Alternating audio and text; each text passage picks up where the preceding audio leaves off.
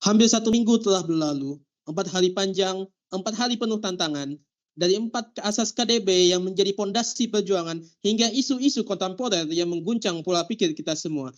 Ada momen kita melesat tinggi, ada saat kita terhempas ke bawah, tapi disinilah kita tetap berdiri, tetap melangkah maju. Selamat datang di podcast hari keempat Latsar CPNS Angkatan 2025 Gelombang 4 bersama saya Muhammad Arif Rizky Ramadan. Kita akan mengulas, mengenang, dan menghidupkan kembali detik-detik perjalanan luar biasa selama 4 hari terakhir dalam sebuah sungguhan penuh energi, tensi, dan semangat yang tak pernah padam. Assalamualaikum warahmatullahi wabarakatuh. Halo rekan semua, saya Alif dari BPJN Kalimantan Selatan akan menjadi host untuk acara pada hari ini. Dan sebelum saya melanjutkan pada sesi perkenalan para pembicara kita pada hari ini, saya ingin mengajak teman-teman sekalian agar bisa menundukkan kepalanya sejenak untuk menghormati para korban yang berjatuhan dalam peristiwa yang terjadi beberapa hari terakhir. Tentu kita semua menginginkan kedamaian dan kenyamanan yang mutlak, dan marilah kita bersama-sama berdoa agar kondisi masyarakat kita dapat segera berangsur pulih. Baiklah, untuk membersihkan waktu, izinkan saya untuk memperkenalkan para pembicara kita pada hari ini. Ada Mas Ihsanul Akmal, ada Mbak Jumila Febrianti, ada Mbak Lili Askina, dan terakhir ada Mas Muhammad Badarudin. Ya, baiklah Bapak-Bapak dan Ibu-Ibu sekalian, 4 hari telah kita pelajari, maka apa yang bisa para hadirin sekalian dapat petik dan berkesan pada Latsar CPNS pada tahun ini? Kita mulai dari Mbak Jumila Febrianti, bisa dipersilahkan. Baik, terima kasih. Selama 4 hari mengikuti pembelajaran agenda 1, saya merasakan perjalanan belajar yang tidak hanya menambah pengetahuan, tetapi juga menyentuh kesadaran saya sebagai CPNS yang akan berkarir di bidang kepegawaian nih. Hari pertama ketika membahas wawasan kebangsaan dan bela negara, saya merasa seperti diingatkan kembali bahwa tugas sebagai aparatur bukan sekedar urusan administrasi, melainkan amanah untuk menjaga nilai-nilai dasar bangsa, nilai cinta tanah air, kesadaran berbangsa dan bernegara, setia pada Pancasila, rela berkorban, dan kesiapsiagaan. Bagi saya, harus diterjemahkan dalam sikap kerja sehari-hari nih. Nah, di bidang kepegawaian, hal sederhana seperti bersikap adil kepada seluruh pegawai tanpa membeda-bedakan status, pangkat, atau latar belakang sesungguhnya adalah wujud cinta tanah air. Bahkan hal yang terlihat kecil seperti menyambut pegawai dengan ramah ketika menulis dokumen atau menanggapi pertanyaan dengan sabar juga bagian dari bela negara loh. Nah, karena dari situlah lahir rasa percaya dan persatuan di lingkungan kerja. Lalu, pada hari kedua, membawa saya pada kesadaran baru tentang isu-isu kontemporer yang tengah dihadapi bangsa, mulai dari korupsi, narkoba, radikalisme, hoax, rendahnya literasi digital, hingga ancaman serangan cyber. Saya melihat kaitannya sangat jelas dengan dunia kepegawaian sebab pelayanan administrasi kepegawaian yang rawan penyalahgunaan bisa menjadi celah munculnya praktik korupsi atau kecurangan. Karena itu, saya perlu merasa menjaga integritas, memastikan setiap proses berjalan transparan, dan memegang teguh aturan yang berlaku. Saya juga belajar bahwa sebagai ASN, kita tidak boleh apatis. Meskipun isu-isu itu tampak besar, peran kita bisa dimulai dari lingkup kerja terkecil, misalnya dengan mendorong budaya kerja bersih, disiplin, dan akuntabel. Lalu untuk hari ketiga, saya menemukan hal baru melalui konsep algoritma kebangsaan. Istilah ini membuat saya berpikir bahwa nilai kebangsaan tidak lagi cukup hanya disampaikan dalam bentuk doktrin, tetapi harus dikomunikasikan dengan cara-cara kreatif yang sesuai dengan zaman. 5 nilai inti yang diajarkan, keadilan, gotong royong, inklusivitas, integritas, dan kepeloporan, saya rasa sangat relevan dengan pekerjaan di bidang kepegawaian. Keadilan berarti memberikan layanan yang sama tanpa diskriminasi. Gotong royong saya temukan dalam kerja tim antar bagian yang harus saling mendukung. Lalu untuk inklusivitas hadir ketika kita memberi perhatian kepada pegawai dengan kebutuhan khusus. Lalu untuk integritas menjadi dasar dari setiap keputusan dan tindakan. Sementara kepeloporan berarti berani mencoba cara-cara baru, misalnya mendorong digitalisasi layanan kepegawaian agar lebih cepat, transparan, dan mudah diakses. Lalu saya pribadi merasa tertantang untuk ikut menyebarkan nilai-nilai ini tidak hanya lewat pelayanan langsung, tetapi juga melalui narasi positif, baik dalam lingkungan kerja maupun media sosial, agar pesan kebangsaan lebih luas jangkauannya. Lalu pada hari keempat, saya belajar tentang teknik teknik analisis isu, mulai dari metode APKL dan USK untuk memilah isu hingga problem tree dan fishbone diagram untuk menelusuri akar masalah. Menurut saya ini adalah bekal yang sangat penting karena dalam pekerjaan sering muncul persoalan berulang seperti keterlambatan data, kesalahan pencatatan, dan tumpang tindih administrasi. Dengan teknik ini saya bisa merasa lebih runtut dalam berpikir apakah masalah muncul karena prosedur yang terlalu rumit, karena kurangnya pemahaman pegawai, atau karena faktor teknis pada sistem. Nah, dengan menemukan akar persoalan, solusi yang dibuat tidak hanya bersifat sementara, tetapi benar-benar menyentuh inti masalah. 4 hari pembelajaran ini bagi saya bagaikan sebuah rangkaian yang saling melengkapi. Hari pertama memberi fondasi nilai, hari kedua menumbuhkan kepekaan terhadap tantangan, hari ketiga mengajarkan cara baru menghidupkan nilai kebangsaan, dan hari keempat membekali keterampilan teknis untuk menganalisis serta menyelesaikan masalah. Jadi dari seluruh rangkaian itu saya merasa semakin mantap memandang peran saya di bidang kepegawaian bukan hanya sebagai pelaksana administrasi, melainkan sebagai bagian dari garda terdepan yang menjaga integritas, menyamai nilai kebangsaan di lingkungan kerja, dan menghadirkan pelayanan yang adil, bersih, serta bermanfaat bagi semua pegawai. Sekian, terima kasih. Kayaknya kita nggak perlu podcast lebih panjang lagi ya, karena sudah diambil kesimpulannya secara penuh oleh Mbak Jumita.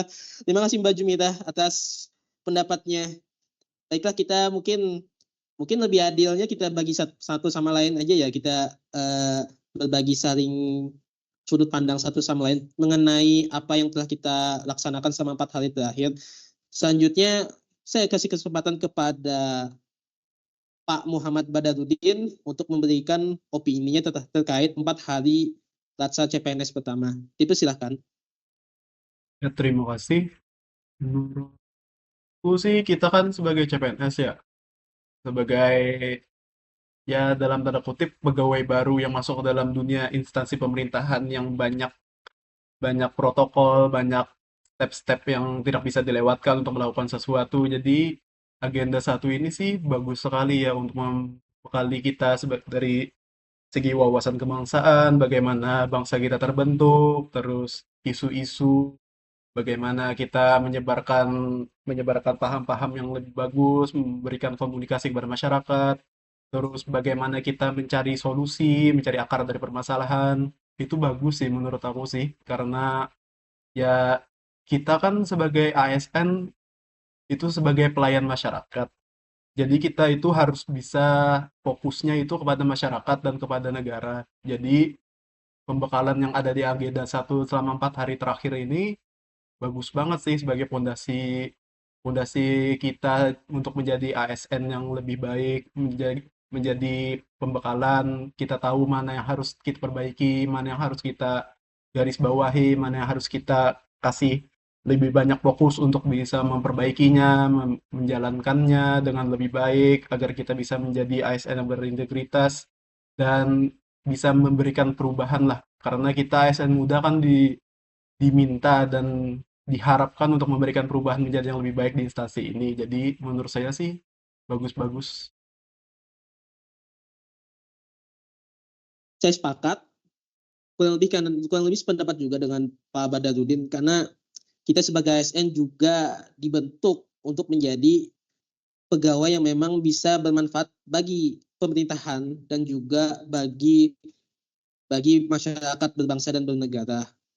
Maka dari itu mungkin Mbak Lili mungkin bisa menambahkan mungkin ya apa yang membuat Mbak Lili terkesan gitu selama 4 hari. Silakan Mbak Lili untuk memberikan opininya. Ya, selama mengikuti pembelajaran agenda 1 ini, saya pribadi mendapatkan banyak sekali pengalaman berharga ya. Salah satunya saya belajar bahwa wawasan kebangsaan dan bela negara adalah fondasi penting bagi setiap ASN. Nilai seperti cinta tanah air, kesadaran berbangsa, setia pada Pancasila, serta rela berkorban itu menjadi dasar dalam menjalankan tugas sebagai pelayan masyarakat. Selain itu, saya juga memahami berbagai tantangan kebangsaan masa kini, mulai dari korupsi, narkoba, terorisme, hingga ancaman digital dan perubahan iklim. Semua itu menuntut kita untuk lebih peka, kritis, dan siap memberikan kontribusi nyata bagi bangsa. Selain itu, saya semakin menyadari pentingnya menanamkan nilai keadilan, gotong royong, integritas, dan kepeloporan. Nilai-nilai inilah yang akan membantu kita sebagai ASN muda yang mampu menghadirkan pelayanan publik yang adil, bersih, dan berorientasi pada kepentingan masyarakat. Selain itu, saya juga belajar teknik untuk menganalisis masalah secara sistematis agar setiap isu yang muncul bisa diidentifikasi dan ditelaah akar penyebabnya dan dicari solusi terbaiknya. Dari semua pembelajaran itu, saya merasakan bahwa semuanya saling berkaitan. Semua memperkuat pemahaman bahwa saya sebagai ASN adalah garda terdepan dan menjaga persatuan bangsa sekaligus memberikan pelayanan terbaik kepada masyarakat. Saya juga menyadari bahwa bela negara bukan hanya tentang berperang, melainkan tentang kerja nyata, konsistensi, dan kontribusi sehari-hari, mulai dari disiplin, jujur melayani masyarakat dengan tulus, hingga menjaga persatuan di lingkungan kerja dan sosial kita. Mungkin demikian refleksi singkat dari saya. Baik, terima kasih Mbak Liliaskina atas opini yang tadi disampaikan. Mungkin terakhir ya, Mas Ikhlas Sukamar mungkin bisa memberi opini dan mungkin kalimat indah untuk menutup sesi podcast. Oh, belum, kita belum selesai. Mungkin untuk menutup opini gitu loh. Jadi kita bisa ngambil kesimpulan dari apa yang bisa kita dapatkan selama 4 hari ke belakang ini. Oke, baik Mas. Saya pikir semuanya tadi udah dijelasin semua ya, kayak sama Mbak Jumira sama Mbak Lili. Jadi sedikit aja dari saya. Tentu ya, berbagai hal yang telah kita pelajari, ada wawasan kebangsaan, ada nilai-nilai penerapan Pancasila dan Undang-Undang Dasar, dan juga nilai-nilai bela negara. Dan menurut saya belajar tentang hal ini itu sangat penting ya, karena sangat relevan dengan situasi yang terjadi pada saat ini. Mengingat saat ini sudah merupakan era globalisasi, jadi di mana sudah terdapat pergeseran nilai-nilai di masyarakat. Contohnya itu nilai-nilai budaya asli kita ini udah tergeser karena budaya asing sudah masuk. Terus ditambah lagi kami sebagai CPNS diberikan ilmu tentang penerapan Pancasila dan Undang-Undang Dasar, di mana ini sangat berguna untuk pelayanan kita kepada publik ke depannya. Kemudian kita juga belajar tentang pengabdian ya, di mana pada intinya orientasi kita sebagai ASN itu, kita lebih mementingkan kepentingan negara dibandingkan kepentingan pribadi atau kelompok. Terus ada juga materi tentang isu kontemporer, di mana kita membuat kita tuh berpikir kritis untuk menanggapi isu-isu saat ini, seperti isu internal di negara kita ya, seperti korupsi, narkoba, pencucian uang, dan isu di luar negeri seperti isu-isu eksternal atau di luar seperti perang dagang dan keamanan negara gitu. Ditambah lagi kita diberikan tugas ya, tugas individu yang melatih kita bagaimana kita bertanggung jawab atas tugas kita, dan juga tugas kelompok yang melatih kita untuk melakukan kerjasama tim atau teamwork. Saya pikir 4 hari ini sangat berguna ya, sangat berkesan untuk pelayanan kita ke depannya sebagai ASN. Mungkin itu dari saya, Mas. Baiklah, terima kasih kepada para pembicara kita pada hari ini yang telah memberikan opininya terkait 4 hari pelaksanaan Laksa CPNS. Kalau menurut saya pribadi, sebagai salah satu peserta juga, salah satu bagian yang menurut saya mungkin sedikit tenggelam, karena mungkin kita hanya melihat itu sebagai sebuah tugas adalah ya tugas individu. Jadi kesan pertama saya pada saat mengerjakan tugas individu itu adalah untuk apa sih gitu kan. Kayaknya mungkin juga sepakat juga gitu, mungkin untuk tugas individu dan tugas kelompok itu tujuannya buat apa gitu, apa hubungannya dengan Latsat. Tapi setelah 4 hari ini saya menyadari bahwa bagian daripada membela negara atau bagian daripada mengamalkan isu-isu kontemporer ataupun melihat 4 dasar KDB itu, ada salah satunya adalah dengan mengerjakan tugas-tugas individu dan kelompok. Kenapa? Karena di dalam tugas-tugas tersebut kita memang dipaksa untuk memberikan opini kita atau mencurahkan kreativitas kita untuk bisa menjadi agen perubahan yang bakal merubah kementerian kita menjadi kementerian yang lebih baik dan menjadikan kita sebagai ASN yang lebih produktif dan lebih berintegritas di depannya. Itu sih menurut pendapat pribadi saya terkait 4 hari pertama ini, dan sebetulnya saya sangat penasaran dengan hari-hari ke depan, apalagi kita masih lanjutkan ya sama 61 berapa hari? 60 hari ya? Aku lupa juga gitu ya. Oke, mungkin barangkali cukup itu ya. Mungkin ada lagi yang ingin ditambahkan dari para pembicara sekalian, mungkin terkait kesan dan pesan dan apa yang mungkin diharapkan dari hari kelima dan seterusnya mungkin?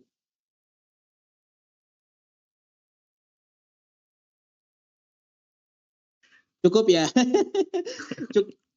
Oke, barangkali inilah mungkin podcast kita pada hari ini, dan semoga kita masih bisa dekat sebagai satu tim yang solid, dan tentunya kita bisa melihat hari ke depan, hari kelima dan seterusnya menjadi hari yang sangat cerah. Terima kasih. Terima kasih, dan saya tutup podcast pada hari ini dengan mengucapkan wabillahi taufiq wal hidayah. Wassalamualaikum warahmatullahi wabarakatuh. Assalamualaikum Waalaikumsalam warahmatullahi wabarakatuh.